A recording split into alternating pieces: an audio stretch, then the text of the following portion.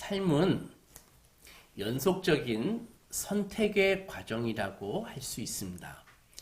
우리는 예외 없이 평생토록 계속 선택을 하면서 살고 있습니다. 대표적인 게 뭐일까요? 가장 대표적인 선택이 오늘 무엇을 먹을까죠? 오늘 무엇을 먹을까? 그것도 중요한 선택입니다. 혹은 오늘 무슨 옷을 입고 나갈까? 그것도 선택이죠. 아니면 마트에 가서 무엇을 살까? 이런 것도 선택입니다. 근데 가장 중요한 선택 중에 하나가 배우자를 선택하는 것입니다. 그리고 내 전공이나 직업을 선택하는 것도 우리가 피할 수 없는 선택의 과정입니다. 만일 내가 선택할 수 없다면, 내가 선택의 기회가 없다면 그것은 일종의 감옥입니다. 감옥이 왜 나쁘죠? 감옥 안 가보셨죠? 저도 안 가봤습니다. 감옥이 왜 나쁘죠? 선택의 제약을 받기 때문에 안 좋습니다. 감옥에 가면은요, 가고 싶은 곳이 있어도 갈 수 없고, 먹고 싶은 것이 있어도 마음대로 먹을 수 없습니다. 그리고 하고 싶은 일이 있어도 할 수 없습니다. 편하게 자고 싶어도 그럴 수 없습니다.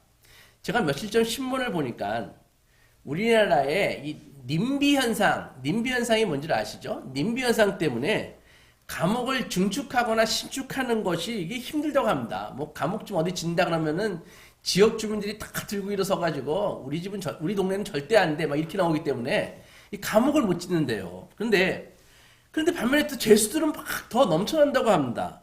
그래서 원래 정원이 한 방에 7명, 9명이 정원인데 막 17명, 18명을 막 넣는다고 합니다. 이거 완전히 꾸겨 넣는 거죠.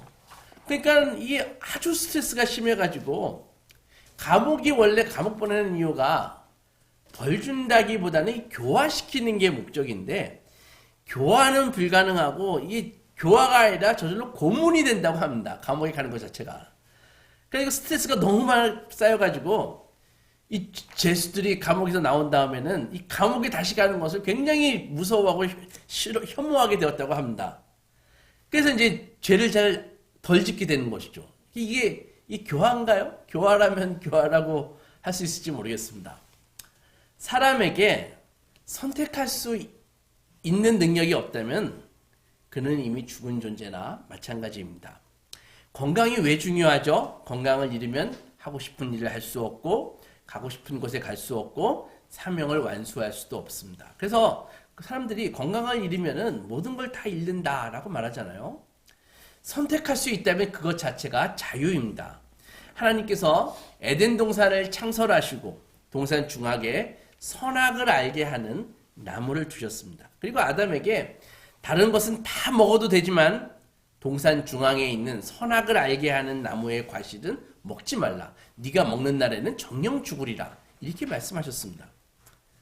이거는 아담에게 자유의지를 준 것이죠. 그래서 만약 하나님께서 우리에게 선택의 자유를 주지 않으셨다면 우리는 기계이지 인격체가 될 수 없습니다. 인간이 인격을 갖춘 존재임을 알 수 있는 중요한 그 시금석은 바로 내가 선택의 자유를 갖고 있느냐, 그것에 달려있는 것입니다. 교회가 인격적인 교회가 되느냐 그렇지 못하느냐, 그것도 성도 한 사람 한 사람의 선택의 자유가 중요합니다. 성도 한 사람 한 사람이 자원하는 심령으로 자발적으로 헌신할 때 하나님 앞에 진정으로 예배드리는 인격적인 교회가 될 수 있습니다. 그러나 선택이 꼭 좋은 것만은 아닙니다. 왜 그럴까요? 선택에는 무서움이 뒤따릅니다. 선택은 자유입니다. 그러나 선택의 결과는 강제입니다. 이것이 중요한 것입니다. 여러분, 선택의 자유이지만 언제나 그 선택의 결과는 강제라는 것입니다. 결과에 대한 책임이 선택을 한 우리에게 있기 때문입니다. 이것이 심은 대로 거둔다라는 원리죠. 우리에게는 죄를 지을 자유가 있습니다. 그죠? 우리에게는 게을르게 살 자유가 있습니다. 기도하지 않을 자유가 있고 예배하지 않을 자유가 있습니다. 하지만 선택은 자유로 하지만 그 결과는 언제나 자유가 아닙니다. 언제나 선택에 대한 결과는 우리에게 강제된다는 것입니다. 예수 믿는 것도 마찬가지입니다. 예수를 믿건 믿지 않건 그거 자유입니다. 그죠? 그러나 선택에 대한 결과는 결코 자유가 아니라는 것입니다. 따라서 지혜로운 사람은 항상 거둘 것을 생각하면서 선택을 하는 것입니다. 가을 거지를 생각하면서 봄에 씨를 뿌릴 때 콩을 추수하기 원하는 사람은 뭘 심어요? 콩을 심고, 팥을 수확하기 원하는 사람은 팥을 심는 것입니다. 결국 모든 사람은 자기가 진정으로 원하는 것을 다 거두게 되어 있는 것입니다. 왜? 그것을 심으니까. 그렇다면 우리의 미래는 어떨까요? 미래가 궁금하십니까? 궁금할 거 없습니다. 지금 나의 모습을 보면, 우리의 모습을 보면 우리의 미래를 알 수 있는 것입니다. 지금 열심히 기도를 심고, 열심히 말씀을 심고, 열심히 하나님의 능력을 심으면 미래에 우리는 하나님 앞에서 우리가 심었던 것들 다 거두게 되어 있습니다. 그런 의미에서 본다면 성경에서 가장 올바른 것을 심고 올바른 것을 선택했던 사람 가운데 한 사람이 바로 솔로몬입니다. 솔로몬은 바른 선택을 했습니다. 솔로몬이 21살 때 왕이 되었거든요. 굉장히 젊은 나이죠. 어떻게 보면 어린 나이죠. 그런데 왕이 되었는데 그가 왕위에 올라자마자 제일 먼저 한 일이 뭡니까? 바로 하나님께 일천 번제를 드린 것입니다. 솔로몬은 왕직을 수행하기 전에 하나님께 먼저 예배 드린 참으로 지혜로운 젊은이였습니다. 인생에는 두 가지 스타일이 있습니다. 하나는 수리형 인간이 있습니다. 또 하나는 정비형 인간이 있습니다. 이런 말 들어보셨나요? 수리형 인간은 어떤 인간이에요? 밤낮 망가지고 깨지고 사고나고 고장나고 그 다음에 고치러 오는 사람, 수리하러 오는 사람, 그게 수리형 인간이라고요. 정비형 인간은 뭐예요?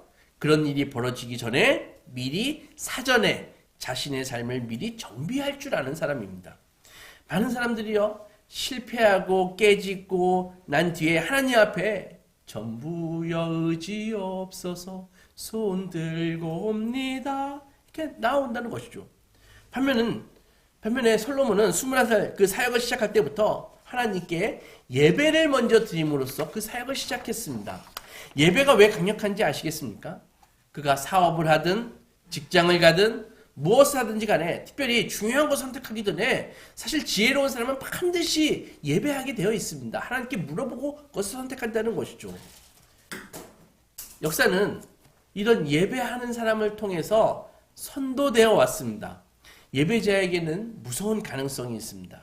하나님은 예배자를 통해서 일하시기 때문입니다. 특별히 젊은이가 예배자라면 그는 더할 나위 없이 강력합니다.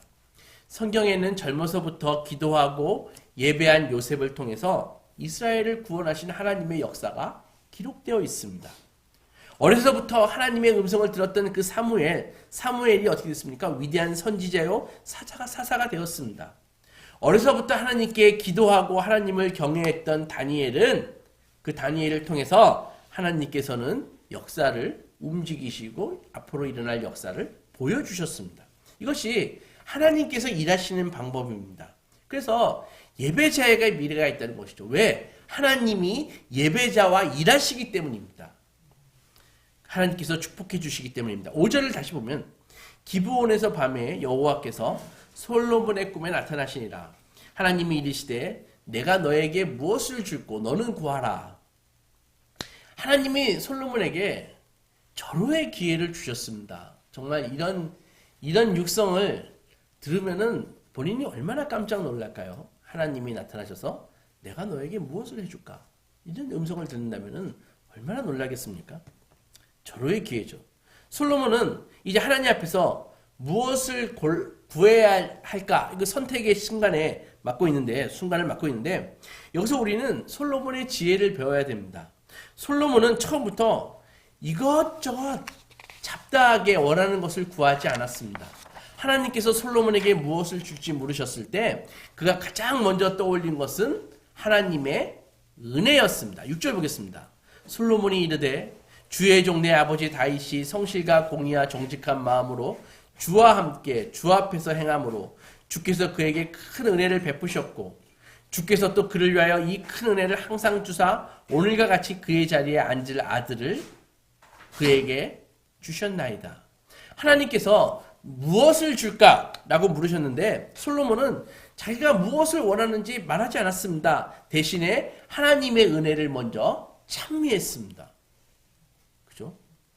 하나님께서 아버지 다윗에게 은혜를 주셨고 그 은혜 때문에 자기도 하나님 앞에서 왕이 될 수 있었다라고 하나님께 먼저 고백을 합니다. 계속해서 솔로몬은 자신이 입은 은혜를 구구절절 이야기합니다. 생각해 보십시오. 어떤 의미에서 솔로몬은 왕이 될 자격이 없었습니다. 왜 그렇죠? 솔로몬은 다윗과 바세바의 그 불륜의 씨앗이었잖아요. 그렇죠? 솔로몬은 자격 없는 자신이 왕이 될 수 있었던 것은 오직 하나님의 은혜 때문이었음을 잘 알고 있기에 자신의 은하 도덕성을 내세우지 않고 자기의 부족함, 허물, 게으름에도 불구하고 자신을 쓰신 하나님을 먼저 찬미하고 있습니다. 그러므로 최고의 은혜는요, 자기가 받은 은혜가 은혜인지 아는 것, 하나님의 은혜를 깨닫는 것, 그것입니다. 그게 큰 은혜라는 것이죠. 우리는 하나님 앞에서 우리 자신의 부족함이 무엇인지 이렇게 고백할 줄 알아야 됩니다. 하나님 앞에서 우리는 직분자로 부르심을 받았고 일꾼으로 부르심을 받았고 예배자로 부르심을 받았다는 이 사실이 얼마나 감사합니까? 그래서 하나님 앞에 무엇을 구하기에 앞서서 예배가 뭔지 생각해 봐야 됩니다. 예배가 뭘까요? 예배는 하나님의 은혜를 먼저 찬미하는 것입니다. 그래서 우리가 찬양으로 예배를 시작하지 않습니까? 찬양으로. 예배는 하나님을 찬양하는 것이니까, 찬미하는 것이니까. 그러면 진정으로 하나님의 은혜를 깨닫고 그 은혜를 찬미하는 백성들의 특징이 있습니다. 그 특징이 뭘까요? 첫째, 하나님의 은혜를 진정으로 찬미하는 백성에게는 감격이 끊이지 않습니다. 솔로몬과 같이 하나님의 은혜로 내가 이 자리에 있고 자격도 없는데 왕이 되었다라고 한번 생각해 보십시오. 얼마나 감격스러울까요? 솔로몬 위에 줄줄이 형들이 있었습니다. 그러니까 솔로몬은 사실 순위에서도 굉장히 밀리는 사람이었다고요. 근데 그 형들을 다 제쳐두고 하나님이 솔로몬을 왕으로 세워주셨거든요. 얼마나 감격스럽겠습니까? 감격이 있으니까 감사가 있는 것입니다. 그러면서 그런 의미에서 한번 생각해 보십시오. 내 삶에 감격이 있습니까? 무엇이든지 간에. 감격이 없으면요, 감사가 없습니다. 감격이 메마르면요, 입에서 불평만 나옵니다. 짜증만 나옵니다. 그러니까 중요한 것은 감격을 회복하는 것입니다. 하나님의 은혜 가운데 은혜를 깨닫는 것. 그래서 은혜를 깨닫는 것이 복이라는 이야기가 바로 거기서 나오는 것입니다. 은혜를 깨닫지 못하는데 나에게 무슨 감격이 있습니까? 삶은 메마르죠. 내 입에서는 불평과 불만만 나오죠.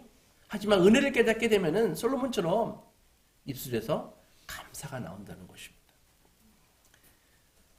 감격하는 것은 그런 의미에서 능력이고 무기입니다. 무슨 일이든 감격하는 마음을 가지고 일하면은 힘들지 않습니다. 하나님의 은혜에 감격하면 오래 기도하는 것도 노동이 아니라 기쁨이 됩니다. 연애 감정이 식으면 한두 시간만 같이 있어도 지겹지만 여인이 사랑스럽고 남자가 사랑스러울 때 감격해서 만날 때에는 두세 시간 지나가는 것이 그냥 한순간 지나가는 것처럼 지나가 버립니다. 다윗이 이런 고백을 했잖아요. 왕궁에서 호화롭게 지내는 것보다 여호와의 집에 문지기로 있는 것을 내가 원한다 라고 말입니다.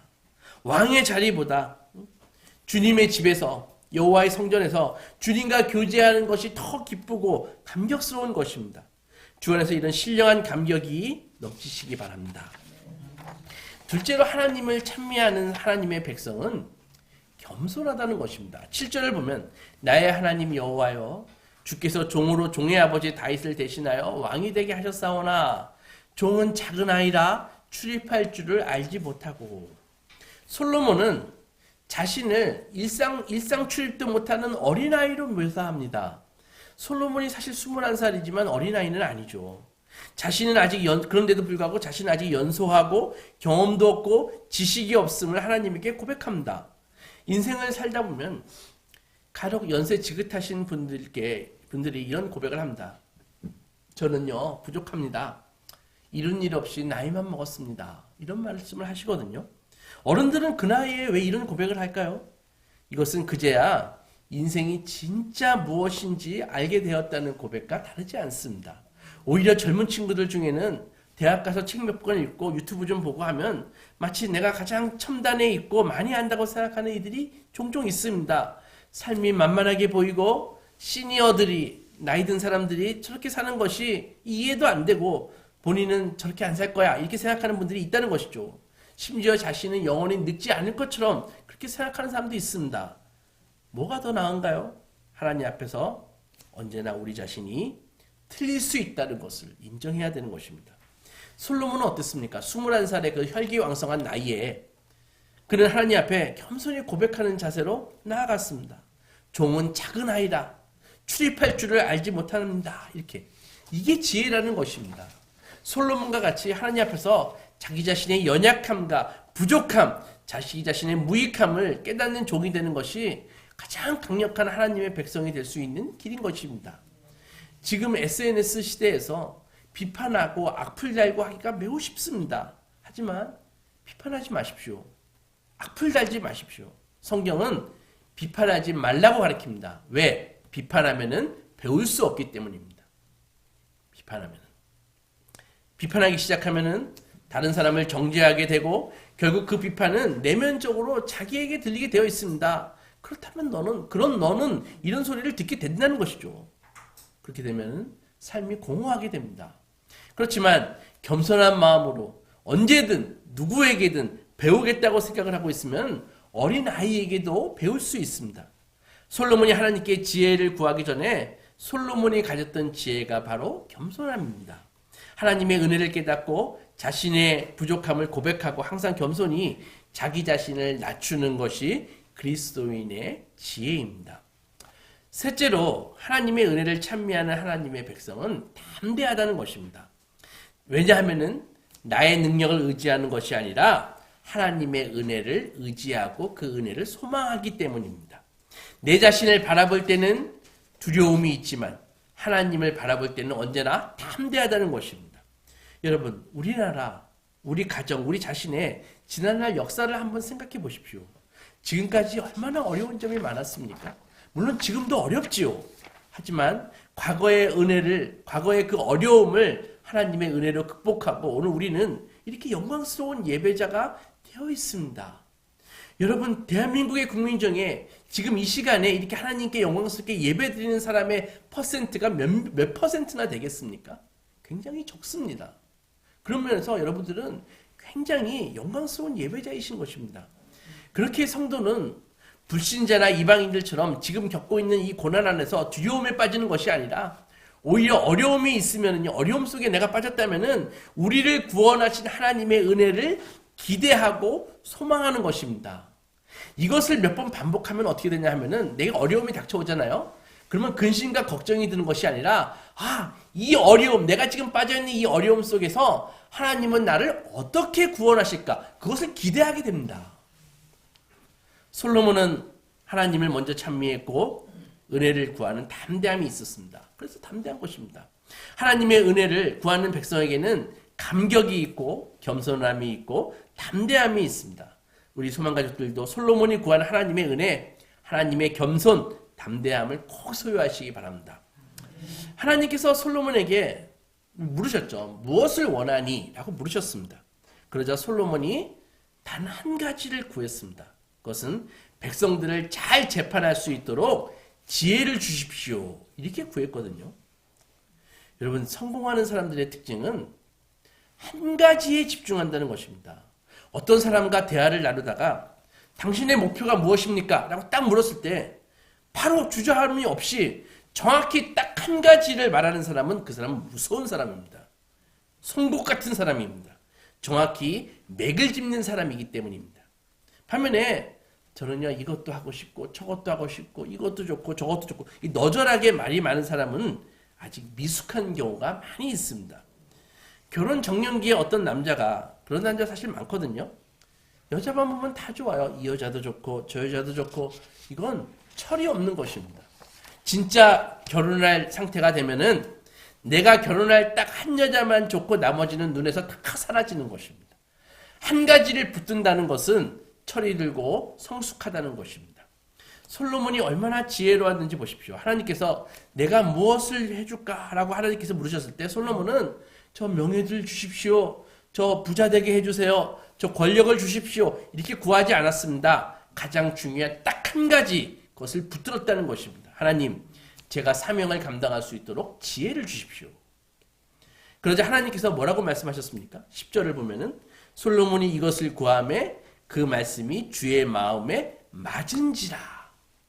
솔로몬의 그 소원이 하나님의 마음에 맞았다는 것입니다.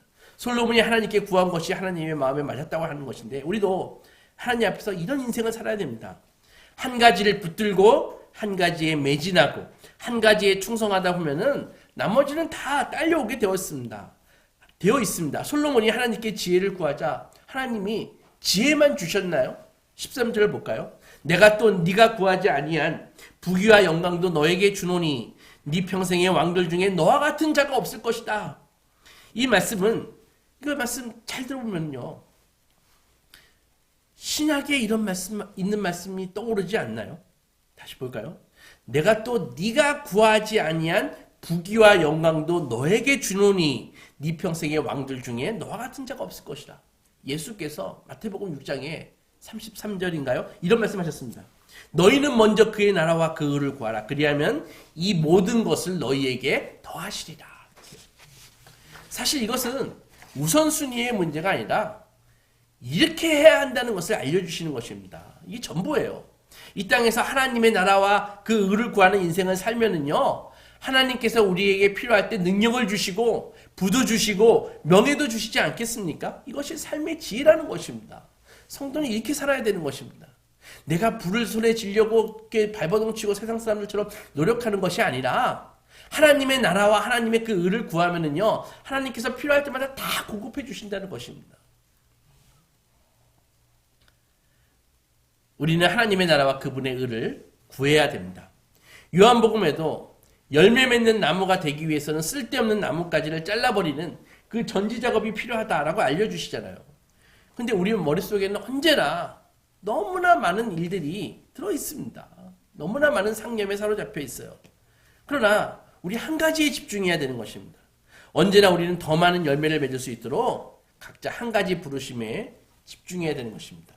하나님께서는 모든 사람에게요, 선물을 주셨습니다. 은사라고도 하는데 그 은사를 가지고 주신 은사가 있거든요, 사람마다. 그 은사를 딱 가지고 충성하고 그 일로 인해 많은 열매 맺는 그런 인생이 돼야 되는 것입니다. 솔로몬과 같이 이렇게 한 가지 핵심을 딱 붙잡을 때 그것이 하나님의 마음에 합하고 맞으면 나머지는 다 딸려오게 됐다는 것을 기억하고 사명 하나 붙들고 하나님을 기쁘시게 하는 믿음의 종들이 되시기 바랍니다. 여기서 우리는 하나님께서 이제 지혜를 주셨는데 그 지혜의 본질을 한번 생각해 봐야 됩니다. 우리에게 있어서 지혜가 무엇입니까? 여러분 잘 들어보세요. 지혜는요, 내가 갖지 못한 것을 가지려고 애쓰는 것이 아니라 내가 이미 갖고 있는 것을 즐거워하는 것이 지혜입니다. 솔로몬이 하나님께 지혜를 구하기 전에 지혜가 있었나요? 있었죠. 하나님께서 주시는 참된 지혜란 내가 갖고 있는 것을 활용하도록 하는 것이 그게 지혜입니다. 그것이 크건 작건 간에 세상 사람들이 막 부러워하는 것이건 그렇지 않은 것이건 간에 내가 갖고 있는 능력을 활용할 수 있는 것이 가장 큰 복입니다. 하나님께 보통 보면은요, 하나님께서 뭐 새롭게 주시는 것이 아니라 내가 이미 갖고 있는 것을 발견하고 내게 주신 것을 활용할 수 있도록 그렇게 강하게 해주시는 것이 하나님께서 주시는 복인 것입니다. 생각해 보십시오. 무엇이 가장 좋은 옷입니까? 내게 맞는 옷이 가장 좋은 옷이죠. 그죠? 어떤 음식이 제일 좋은 음식인가요? 내 입에 맞는 음식이 제일 좋은 음식입니다. 여러분, 골리앗이 엘라 골짜기에서 이스라엘에게 전쟁을 걸어왔죠. 사울왕을 포함해서 모든 이스라엘 그 군인들이, 장병들이 겁이 나가지고 숨을 죽이고 숨어 있었습니다. 그때 어린 다윗이 형들 면회 갔다가 소리를 들었어요. 골리앗이 이스라엘을 모욕하고 살아계신 하나님을 모욕하는 말을 듣고 어린 다윗이 참을 수가 없어서 내가 골리앗과 싸우겠습니다 라고 막 이야기하니까 막 형들은 다윗을 막 혼냈죠. 네가 지금 쟤를 강아지로 여기냐, 너가 이렇게 장난칠 그런 상대가 아니다 막 혼내는데 사울은 다윗을 불렀잖아요. 그래서 다윗이 사울에게 갔습니다. 갔더니 사울이 뭐 해줬어요? 자기가 쓰고 있는 투구와 갑옷과 칼을 내주었습니다. 이 사울은 성경에 보면 키가 장신이에요. 다윗은 저처럼 조그맣고요. 그러니까 이 사울의 갑옷과 이 투구와 칼이 다윗에게 맞지 않았습니다. 다윗은 그래서 어떻게 했어요? 다윗이 자신에게 맞지 않는 그 사울의 갑옷과 투구와 칼 대신에 자기가 갖고 있던, 자기가 항상 쓰고 있던 돌과 물매를 갖고 나아갔잖아요. 우리가 알듯이 믿음으로 나아간 다윗의 물매와 돌에 하나님의 능력이 임하니까 다윗이 결국 골리앗을 쓰러뜨리고 승리했지 않습니까? 이것이 하나님이 우리와 함께 하시고 승리를 주시는 방법입니다. 하나님께서는 우리에게 내게 없던 새로운 은혜를 주신다기보다는 이미 받은 은사를 강력하게 해주심으로써 그것을 쓰게 만드신다는 것이죠. 모세를 보십시오.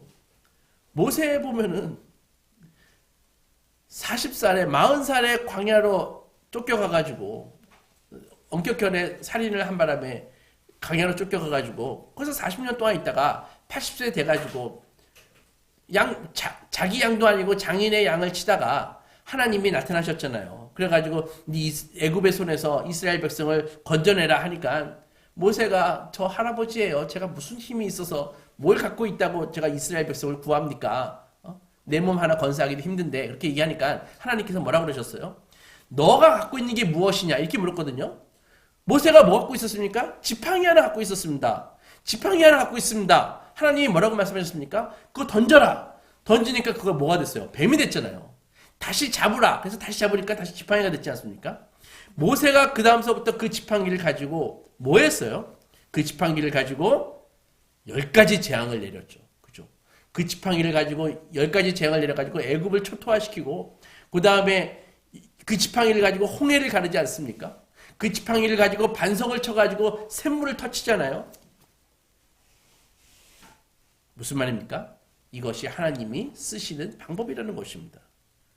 이전에는 단순히 양을 치는 지팡이에 불과했지만 하나님께서 능력과 지혜를 주시니까 강력한 하나님의 도구가 되잖아요.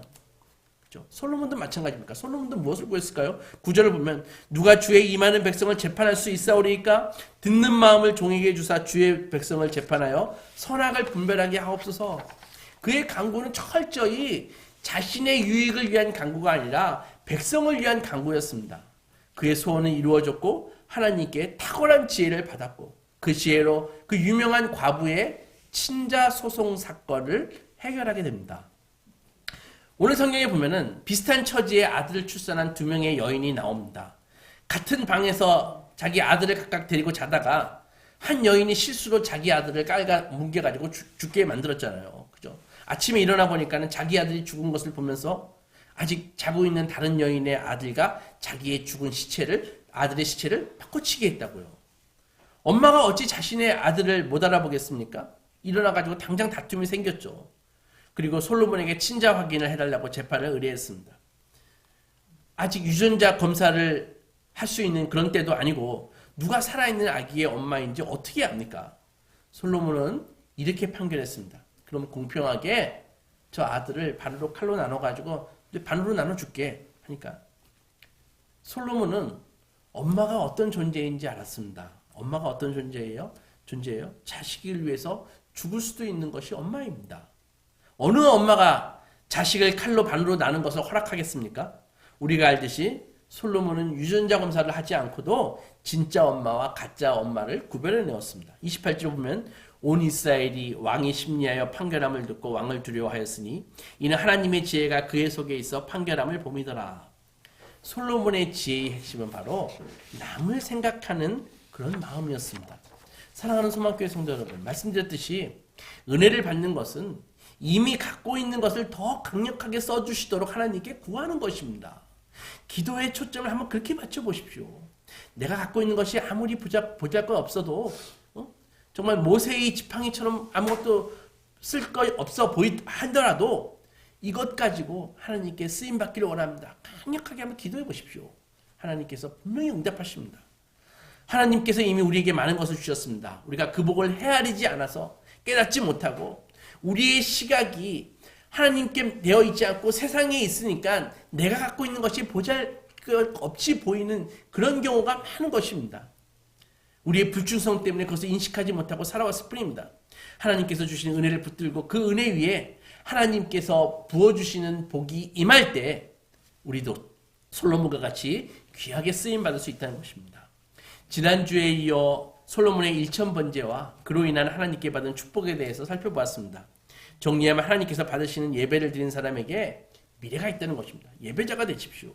그리고 다시 한번 권면드리면 예배 자리만큼은 결코 떠나지 마십시오. 그래야 미래가 있습니다. 하나님께서 예배하는 자를 통해서 일하신다는 사실을 명심하십시오. 솔로몬처럼 하나님께 가장 중요한 딱 한 가지를 구하십시오. 솔로몬은 지혜를 구했고 그 지혜의 중심은 바로 다른 사람의 입장을 생각하는 마음입니다. 이것이 지혜입니다. 아무쪼록 우리 소망가족 모두 특별히 다른 사람의 마음을 이해하고 그 사람의 입장에서 생각할 줄 아는 지혜로운 마음으로 우리 이웃에게 솔로몬처럼 하나님의 은혜를 끼치는 복의 통로가 되시기 주님의 이름으로 축원합니다. 기도하고 나가겠습니다.